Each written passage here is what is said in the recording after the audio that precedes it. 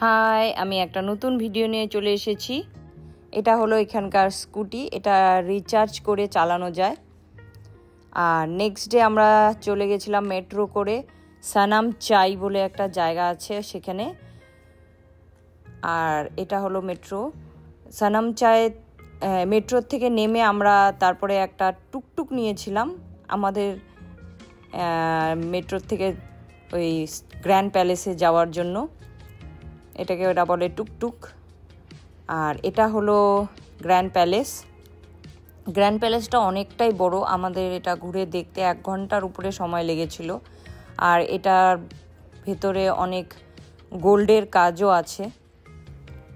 তা আমি এটা ডিটেলসে পরে আরেকটা নেক্সট ভিডিওতে আমি দেখাবো। তো আজকে এতটুকুই, টাটা, বাই বাই।